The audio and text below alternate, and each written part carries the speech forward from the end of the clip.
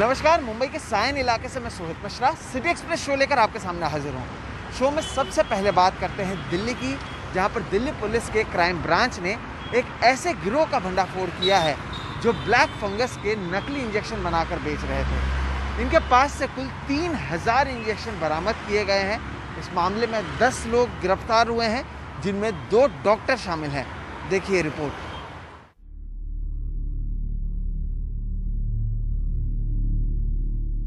निजामुद्दीन पश्चिम इलाके में बने एक घर में जब क्राइम ब्रांच ने छापा मारा तो बड़े पैमाने पर नकली इंजेक्शन का जखीरा मिला। कुल 3284 इंजेक्शन मिले। इनमें ज्यादातर इंजेक्शन ब्लैक फंगस की बीमारी में काम आने वाली दवा लिपोसोमल अम्फोटेरेसिन बी के नकली इंजेक्शन थे, जबकि कुछ इंजेक्शन रेमडेसिविर के थे। इनमें से कुछ इंजेक्शन एक्सपायर हो चुके थे, जबकि बाकी इंजेक्शन सामान्य फंगस में काम आने वाली दवा से बनाए गए थे। उसमें हमें 3000 से ज्यादा इंजेक्शन और मिले, जिसमें एंटी फंगल के इंजेक्शंस हैं, रेमडेसिविर के भी कुछ इंजेक्शन मिले हैं, टोसिलिजुमैब के इंजेक्शंस मिले हैं। ये सारी दवाइयां वहां पे मिली, जिसमें अब हम पूरा इन्वेस्टिगेशन अभी कर रहे हैं कि क्या सारे फेक हैं या कुछ एक्चुअली भी दवाइयां हैं जो ठीक है उसमें। पुलिस के मुताबिक 17 जून को दिल्ली सरकार के ड्रग कंट्रोल विभाग को शिकायत मिली कि इस तरह नकली इंजेक्शन मिल रहे हैं। उसके बाद अलग अलग जगहों से इस गिरोह के 10 लोगों को पकड़ा गया। इनमें जामिया नगर से एक डिलीवरी बॉय वसीम खान पकड़ा गया। फिर खिदमत मेडिकोज का मालिक शोएब खान और उसके सेल्समैन मोहम्मद फैजल यासीन और अफजल पकड़े गए। मयंक तलूजा, जो इंजेक्शन का पैसा लेने आया था, वो भी पकड़ा गया। शोएब खान ने बताया कि वो ये इंजेक्शन साकेत में मेडीज हेल्थ केयर के मालिक शिवम भाटिया से लाता था। शिवम ने बताया कि वो ये इंजेक्शन आफ्ताब नाम के शख्स से लाता है। आफ्ताब को निजामुद्दीन से, जबकि उसके बड़े भाई अल्तमस हुसैन को देवरिया से पकड़ा गया। इसके बाद मेडीज हेल्थ केयर के मालिक डॉक्टर आमिर और डॉक्टर फैजान भी गिरफ्तार कर लिए गए। आमिर ने अलीगढ़ यूनिवर्सिटी से MBBS किया है, जबकि फैजान बीटेक है। पकड़े गए डॉक्टर अल्तमश ने लखनऊ के किंग जॉर्ज मेडिकल कॉलेज से MBBS किया था और फिर एम्स से न्यूरोलॉजी का डिप्लोमा कोर्स किया। वो ठगी के 5 केसों में गिरफ्तार हो चुका है। पुलिस अब ये जांच कराएगी कि ये इंजेक्शन कितने खतरनाक थे। जो पिछला रेमडेसिविर का केस था उसमें भी हमने डॉक्टर से ओपिनियन लिया है, इसमें भी हम लोग डॉक्टर से ओपिनियन लेंगे कि इनको एक्सपायर्ड दवाई या फिर ये एंटी फंगल जो वैसी दवाइयां हैं जो कि ब्लैक फंगस के लिए नहीं है, उनको यूज करने के बाद पेशेंट पे क्या, कि उसकी हेल्थ पे क्या असर हो सकता है, वो भी हम लोग अभी डॉक्टर का ओपिनियन इन ड्यू प्रोसेस लेंगे। अब तक ये गैंग 400 से ज्यादा नकली इंजेक्शन बेच चुका है। ये लोग 250 में मिलने वाला इंजेक्शन 12,000 रुपए तक बेचते थे, और वो भी नकली या एक्सपायर्ड। इस गैंग के लोग नकली इंजेक्शन बेचकर न सिर्फ पैसा कमा रहे थे, बल्कि लोगों की जान के साथ खिलवाड़ भी कर रहे थे। अब पुलिस ये पता लगाएगी कि लोगों के शरीर पर इसका क्या असर हुआ होगा। नई दिल्ली से मुकेश सिंह, NDTV इंडिया। उत्तर पूर्व के 2 राज्यों से पहली बार कोरोना वायरस से डेल्टा वेरिएंट मिले हैं। ये 2 राज्य हैं मणिपुर और मिजोरम। मणिपुर के 20 सैंपल हैदराबाद की लैब में भेजे गए थे, जिनमें 18 डेल्टा वेरिएंट के पाए गए। मिजोरम में डेल्टा वेरिएंट के 4 मामले सामने आए हैं। ये सभी आइजोल के रहने वाले हैं। डेल्टा वेरिएंट ज़्यादा संक्रामक होता है।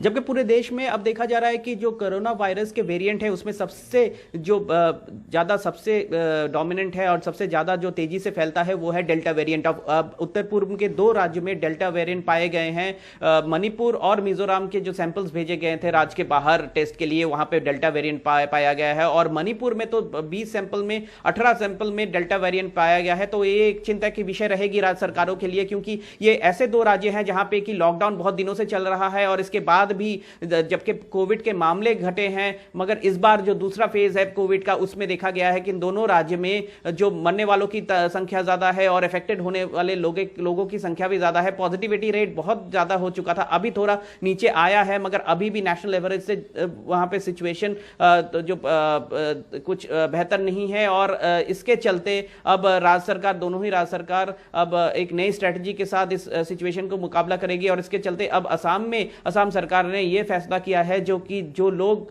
कोमॉर्बिडिटी इश्यूज से जूझ रहे हैं, जैसे डायबिटीज है, जिनका किडनी फेलियर या फिर किडनी ट्रांसप्लांट के केसेस हैं या फिर कैंसर के जो केसेस हैं, उनके लिए एक स्पेशल वैक्सीनेशन ड्राइव किया जाएगा, क्योंकि कोमॉर्बिडिटी रिलेटेड डेथ्स इस बार सेकंड फेज में असम में भी बहुत ज्यादा हुए हैं और इसके साथ ब्लैक फंगस के केसेस भी फिर से असम में उभरने लगे हैं। तो ये सब सिचुएशन को मिला के जो सिचुएशन बन रहा है उत्तर पूर्व में, जबकि पूरे उत्तर पूर्व में ही जो कोविड के वायरस के जो संक्रमण के मामले कम हो रहे हैं, डेथ के मामले कम हो रहे हैं, मगर जो आशंका बनी हुई है वो आशंका तीसरे फेज के लिए है कि क्या तीसरा वेव हिट करेगा देश को, और अगर हिट करेगा तो उत्तर पूर्व में क्या इंपैक्ट रहेगा। सभी राज्य सरकार इसके लिए तैयारी कर रही है और इसके बीच अब डेल्टा वेरिएंट का पाया जाना एक कंसर्न, एक नया चैलेंज के हो सकता है और मणिपुर और मिजोरम अब इससे जूझने के लिए तैयार है। राज्य सरकार के जो सूत्रों से हमें ये पता लगा है और जो सीनियर ऑफिशियल्स हैं वो ये बोल रहे हैं कि ये जो सिचुएशन है, इस सिचुएशन के ऊपर उनका कंट्रोल है और लॉकडाउन को एक्सटेंड करके यहाँ पे जो चेन है उसको तोड़ने की कोशिश अभी भी जारी है उत्तर पूर्व के सभी राज्यों में। असम को अगर आप छोड़ दे तो बाकी सभी राज्यों में स्ट्रिक्ट लॉकडाउन है, असम में पार्शियल लॉकडाउन है और इसका एक पॉजिटिव असर भी दिख रहा है। दिल्ली में कल से 50% क्षमता के साथ दोपहर 12 बजे से रात 10 बजे तक बार खुल सकेंगे। इसके अलावा रेस्टोरेंट के खुलने में भी 4 घंटों की बढ़ोतरी की गई है, यानी अब सुबह 8 बजे से लेकर रात के 10 बजे तक रेस्टोरेंट को खोला जा सकता है। पिछले हफ्ते सुबह 10 बजे से रात 8 बजे तक रेस्टोरेंट खुल रहे थे। कल से पार्क, गार्डन, गोल्फ क्लब भी खुलेंगे। साथ ही आउटडोर योगा एक्टिविटी की इजाज़त मिल गई है। कल यानी 21 जून को अंतर्राष्ट्रीय योग दिवस है। ऐसे में योगा की आउटडोर एक्टिविटी को इजाज़त मिलना अच्छी खबर है। दिल्ली के करीब अरावली रेंज में खोरी गांव में बसे करीबन 40,000 लोगों को वहां से हटाने का काम किया जा रहा है। उनकी झुग्गी झोपड़ियों को तोड़ने का काम शुरू कर दिया गया है, लेकिन इन्हें कहां पर भेजा जाएगा, इनका पुनर्वास कैसे होगा, इसके लिए क्या योजना है, इसके बारे में अब तक कोई जानकारी नहीं मिल पाई है। देखिए रिपोर्ट। वहाँ तोड़ेंगे कैसे, वहाँ नहीं जाएंगे। गरीब लोगों को तो दुनिया सताती है, ऊपर वाला भी सताता है, इंसान भी सताता है। सारा ये मतलब पूरा छत्ता यहाँ ये इन्होंने ये पीछे को मतलब गिरा दिया, जो भी मतलब समझ तोड़ा था मतलब यहाँ नीचे लैंड जो मतलब ऊपर लैंड रहता है टुकड़े था जो भी था मतलब यहाँ नीचे गिरा दिया। 40 साल की सरवरी की जिंदगी जैसे थम सी गई है। फरीदाबाद म्युनिसिपल कॉरपोरेशन ने उनका घर उजाड़ दिया, वो भी कोरोना महामारी के बीचों बीच। 15 साल से हम यहाँ हैं। जब पहली बार घर तोड़ा तब भी कुछ नहीं कहा, दूसरी बार तोड़ा जब भी कुछ नहीं कहा। मेरा परिवार पूरा बिखर गया और ये टूटे फूटे घर में हम रह रहे। मजदूर आदमी है, खाने के लिए है नहीं। लॉकडाउन लगा था उसके पहले फिर बाद में घर तोड़ दिया। ना कोई कागज मांगा, ना कोई पत्र मांगा, ना कोई नोटिस लगाई, कुछ नहीं। 7 जून को सुप्रीम कोर्ट ने फरीदाबाद म्युनिसिपल कॉरपोरेशन को निर्देश दिया था कि वो खोरी गांव में बने अवैध निर्माण को 6 हफ्ते में हटाएं, जो अरावली पहाड़ियों के संरक्षित हरित इलाके में आता है। वन कानून के तहत नोटिफाइड वन इलाके में किसी भी तरह के निर्माण की इजाजत नहीं है, लेकिन बीते कई सालों में सरकार ने इस ओर आंखें मूंदे रखी। यहाँ रह रहे कई लोगों का कहना है कि वो बीते 30 साल से यहाँ रहते आ रहे हैं। ये लोग इस बात से और भी नाराज हैं कि उनके आसपास ही बनी कई बहुमंजिला इमारतों और होटलों को छुआ तक नहीं गया। म्युनिसिपल कॉरपोरेशन की दलील है कि इन इमारतों को बनाने का परमिट लिया जा चुका है। ये पीछे आप देख रहे हो 5 स्टार होटल है, तो उसको तो तोड़ा नहीं जाता है, जबकि वो भी हिल में आता है, अरावली हिल में। और हमारे ये गरीब के घरों को ही देखा जाता है। जब हमने खरीदा था तब इसको बोला नहीं था कि ये हिल में आता है। यहीं रहने वाले घनश्याम ने अपनी पूरी जिंदगी की बचत इस घर को बनाने में लगा दी। 5 लोगों का उनका परिवार बमुश्किल 2 जून की रोटी जुटा पाता है, लेकिन अब ना उनके घर पर छत बची है, ना दरवाजा। अब पहली बार इन्होंने मतलब इनको पकड़ के वो लोग ले गए, मतलब 2-4 आदमियों को ले गए यहाँ से। ये भी घर वालों को भी बाहर कर दिया उधर, और सबको बाहर करके फिर तोड़ दिए। अच्छा, बाकी आप उनको बोले तो पुलिस मतलब फिर आने नहीं देता, डंडा मार देता था उधर। इस गांव में रहने वाले अधिकतर लोगों के पास वोटर आईडी कार्ड या आधार कार्ड है। इसके बावजूद वो अपने आशियाने ढहा दिए जाने से मायूस हैं। हरियाणा के मुख्यमंत्री कहते हैं कि उनकी सरकार ऐसे लोगों के पुनर्वास की योजना पर विचार कर रही है, लेकिन पुनर्वास उनका ही होगा जो हरियाणा के रहने वाले हैं, दूसरे राज्यों से आकर बसने वालों का नहीं। क्लियरेंस वाला विषय है, ये कहीं अधूरा है। कई बार क्या होता है, अनऑथोराइज्ड कॉलोनीज बनती हैं, इलीगल कंस्ट्रक्शन होती है वो एरिया फॉरेस्ट का एरिया है और उस एरिया में बिना किसी परमिशन के वो सारी चीजें हुई हैं। सुप्रीम कोर्ट का ऑर्डर है, एग्जीक्यूट तो होगा ही, लेकिन उनकी रीसेटलमेंट की जो योजना हरियाणा के जो लोग होंगे और हरियाणा के लोग यानी काम करते होंगे यहाँ, उनके लिए रिसेटलमेंट स्कीम का विचार कर रहे हैं। डिप्टी कमिश्नर को कह दिया, उस विचार करके कोई ना कोई बना रहे हैं। इसी हफ्ते 70 साल के एक बुजुर्ग ने यहां आत्महत्या कर ली। उनके पड़ोसियों का कहना है कि हाल ही में उन्होंने कर्ज लेकर घर बनाया था और अब उसे ढहाए जाने की आशंका से परेशान थे। ये पेड़ में लटके हुए थे सुबह के टाइम, तो पता लगा कि ये घर बना है। टूटने के चक्कर में उन्होंने सुना कि टूटने वाला है, इसीलिए उन्होंने फांसी लगा लिया। कब की बात है ये कल सुबह की बात है। इस बीच सूरजकुंड पुलिस का कहना है कि उसने एक प्रॉपर्टी डीलर के खिलाफ केस दर्ज किया है, जिसने खुदकुशी करने वाले बुजुर्ग को धोखे से सरकारी जमीन बेच दी। खोरी गांव में बसे लोगों के लिए उनकी परेशानी और मुसीबत पहले से ज्यादा बढ़ चुकी है। उनका पानी का कनेक्शन और बिजली का कनेक्शन भी बंद करवा दिया है। ऊपर से उनके घरों को तोड़ा जा रहा है। ऐसे समय में उनका जमा पूंजी भी खत्म हो चुकी है। बस वो ये चाहते हैं और वो ये कह रहे हैं, या तो उनको एक और जगह दे दे जहाँ पे वो जाके रह सके, या फिर उनको मुआवजा दे दें। सहयोगी राकेश सिंह के साथ सोनाक्षी चक्रवर्ती, NDTV के लिए।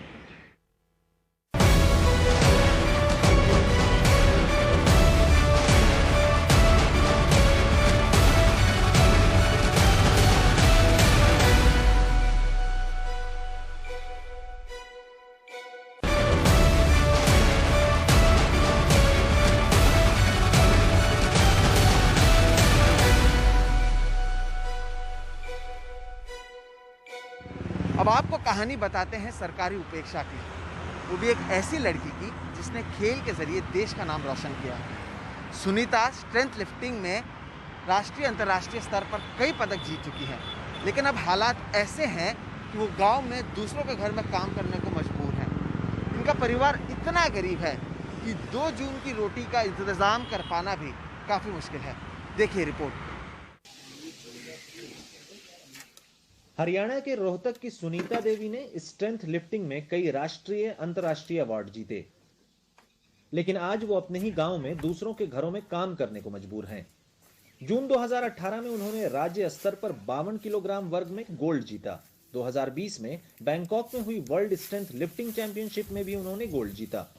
कई और प्रतियोगिताओं में पदक अपने नाम किए। इसके बावजूद सरकार ने उनकी कोई सुध नहीं ली। सरकार से कोई मदद नहीं सर, सरकार से कोई मदद नहीं मिली अभी तक सर। ये सिर्फ खोखले दावे हैं।